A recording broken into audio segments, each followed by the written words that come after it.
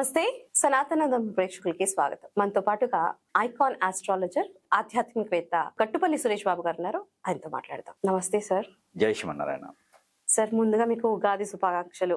మీకు మన ఛానల్ ప్రేక్షకులందరికీ కూడా ఉగాది శుభాకాంక్షలు. సార్, ఈ సంవత్సరం ఉగాదికి ద్వాదశ రాసుల వాళ్ళకి ఎలా ఉండబోతుంది? అసలు అంటే ఏ రాసుల వారికి ఏ గ్రహం ప్రభావం పడబోతుంది, లేకపోతే వాళ్ళ రాసులు ఎలా ఉన్నాయి, వాళ్ళు ఏ మంచి జరగబోతుంది అనేది మీ ద్వారా తెలుసుకుందామని ఈరోజు మిమ్మల్ని ఇన్వైట్ చేశాము. సార్, ఈ సంవత్సరం ఎలా ఉండబోతుంది అసలు ద్వాదశ రాసుల వాళ్ళకి? అంటే తిరుగుతూ వస్తూ ఉంటుంది. 38వ పరావనం సంవత్సరం 38వ. ఈ యొక్క సంవత్సరం మార్చి 19వ తారీఖు 2026 తారీఖు నుంచి కూడా ఆరంభమవుతూ ఉంది. ఈ ఆరంభ సమయంలో ద్వాదశ రాసుల వారికి అంటే ఏ గ్రహ స్థాయిలు ఏ రాశి వారి మీద ఎక్కువ ప్రభావితం చూపిస్తాయో ఆ రాసుల వారికి ఉత్తీర్ణటువంటి స్థాయికి వెళ్ళడం, మధ్యస్థగా ఉండడం, అందులోనూ గ్రహాల యొక్క శుభం ఉంటే ఎట్లా ఉంటుంది, అశుభం ఉంటే ఎలా ఉంటుంది అనే దాని గురించి మనం రాసులు ఓవరాల్ గా ఇందులో మనము వ్యక్తిగత జాతంగా తీసుకొని పరిశీలన చేసింది అయితే కాదు.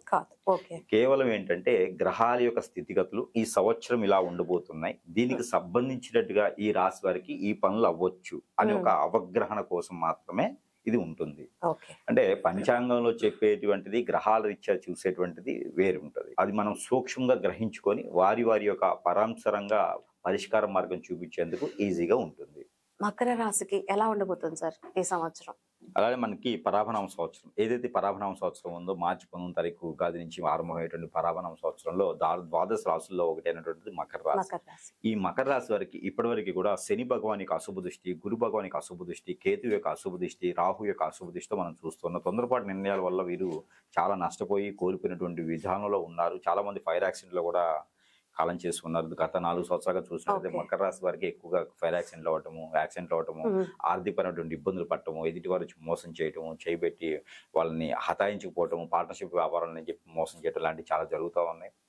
ఈ మకర రాశి వారు అనూహ్యంగా మళ్ళీ ఈ యొక్క సంవత్సరంలో అయితే ఏది పరాభనం సంవత్సరం అయితే కనుక ఆరంభం నుంచి కూడా వీరికి కొంతమేర బాగానే ఉంటుందని చెప్పొచ్చు అండి. ఈ సంవత్సరం పంటలు పండించుకునే దానికి రైతులుగా బాగుంటుంది. రియల్ ఎస్టేట్ రంగం కానీ భూములు నమ్ముకునేటువంటి విధంగా బాగానే ఉంటుంది. ఆర్కిటెక్చర్గా బాగానే ఉంటుంది. బిల్డర్స్గా బాగానే ఉంటుంది. అలానే ఇనుము, ఇటుక, ఇసుక ఇలాంటి రంగాల్లో అయితే ఆర్కిటెక్చర్ లాంటి రంగాల్లో వీరికి అద్భుతంగా ఉంటుంది. కాబట్టి ఎవరైనా కొత్తగా వ్యాపారం చేయాలి అనుకుంటే కనుక ఖచ్చితంగా ఇలాంటి వాటిలో అడుగు పెట్టవచ్చు. కష్టపడే తత్వం ఉంటుంది కాబట్టి వీరు ఏదైనా సాధించుకోవాలన్నా మళ్ళీ నిలబెట్టుకోవాలన్నా ఈ సంవత్సరం వారికి మరి ఒక అవకాశం వస్తుందని చెప్పొచ్చు. 24 సంవత్సరాలు దాటిన ప్రతి ఒక్కరు కూడా యువకులు అందరూ కూడా ఏదైనా ప్రయత్నం చేసుకోవచ్చు. ఇక ట్రావెల్స్ రంగంలో కూడా వీరికి అద్భుతంగా ఉంటుంది.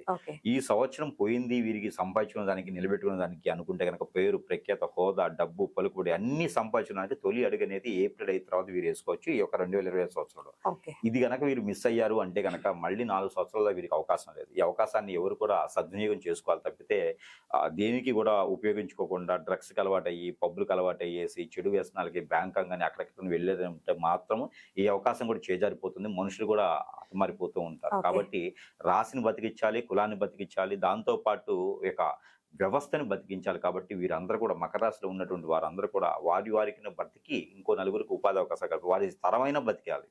7 తరాల పాటు కదా, వారి తరమైన బాగుండాలి కదా. అందుకని చెడు వ్యసనాలకు బానిస అవ్వకూడదు. అలానే బానిస అవ్వకుండా ఉంటే మాత్రం ఖచ్చితంగా అనుకున్నటువంటి వనరులు అన్ని కూడా సాధించుకునే విధంగా అయితే ఉంటుంది. ఇక సెంట్రల్ గవర్నమెంట్ జాబ్స్ కూడా వీరికి ప్రయత్నం చేసుకోవచ్చు. కేతు వీరికి అదృష్టంగా కొంచెం బాగానే ఉన్నాడు. శని భగవానుడు కూడా మారిన తర్వాత కొంతమేర బాగానే ఉంటుంది. కాబట్టి కేతు యొక్క అశుభ దృష్టి కూడా తొలగిపోతుంది. కాబట్టి వీరు ఎన్నో రకాలైనటువంటి ప్రయత్నాలు చేసుకోవచ్చు. అలానే ఎన్నో రంగాల్లో ఉన్న వారికి చాలా అద్భుతంగా ఉంది. ఇక గవర్నమెంట్ సెంట్రల్ జాబ్ ఏదైనా ప్రయత్నం చేస్తే కనుక ఆగస్టు 22వ తారీఖు తర్వాత వీరికి ప్రయత్నం చేసుకుంటే ఖచ్చితంగా ఉంటుంది. మే నుంచి వాళ్ళు మొదటి అడుగునే వేసుకోవచ్చు. ఇక విదేశీయానం అయితే ఈ సంవత్సరం వీరికి అంత పెద్దగా యోగించలేదు కాబట్టి బ్రోకర్లు నమ్మేసి డబ్బులు ఇవ్వకూడదు. ఇక ఉన్నతమైనటువంటి స్థితికి జాబ్ పరంగా వెళ్ళాలనుకుంటే ప్రయత్నం చేయొచ్చు. జాబ్ ఇక పెళ్లిళ్ళు అయితే మాత్రం వీరికి మన అబ్బాయి మన అమ్మాయి అనిపించుకోవచ్చు. నవంబర్లో అయితే అన్ఎక్స్పెక్టెడ్గా అనుకోకుండా వీరికి వివాహం కూడా అయ్యేటువంటిది కనిపిస్తుంది. అలానే బంధుమిత్రుల్లోనే వీరికి ఒక వివాహ సంబంధించినటువంటి యోచన కనిపిస్తుంది. కాబట్టి అలాంటి ప్రయత్నాలు అయితే వీరు ఖచ్చితంగా చేయొచ్చు. ఉమ్మడి ఆస్తులు, పూర్వీకుల ఆస్తులు ఏదైనా ఉంటే కనుక దానికి సంబంధించిన వీలునామాలు కూడా కనిపించాలా ఉన్నాయి. కాబట్టి పెద్దవారికి ఉన్నటువంటి నరదిష్టి, నరకోశ, శత్రుపీడ, పితృదోషాలు అన్ని కూడా వీరికి సమపాడాలు ఉన్నాయి. కాబట్టి వాటికి తగ్గటువంటి పరిహారం కూడా ఒక మేర చేసుకోవచ్చు. ఇంకా కూడా ఎన్ని చేయించినా కావట్లేదు అనుకుంటే మాత్రం సమీపంలో ఉన్నటువంటి గురుగారి ఖచ్చితంగా సంప్రదిస్తూనే వారికి ఉన్న సమస్యకి పరిష్కార మార్గం అయితే మాత్రం దొరుకుతూ ఉంటుంది. దాంతోపాటు వీరు చేయాల్సిన పరిహారాలు ఏంటంటే ఉలవలు 1 కిలో, జొన్నలు 1 కిలో, గోధుమలు 1 కిలో, అలానే సజ్జలు 1 కిలో, ఓకే.